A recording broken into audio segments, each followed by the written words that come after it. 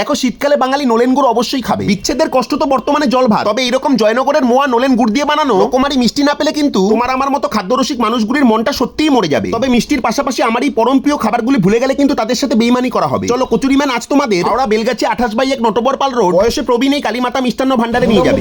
60-65 বছরের দোকান, আমার বাবার আমলের দোকান। বাবার পর আমি নিয়েছি, আর সঙ্গে এবার আমার ছেলেরা আছে।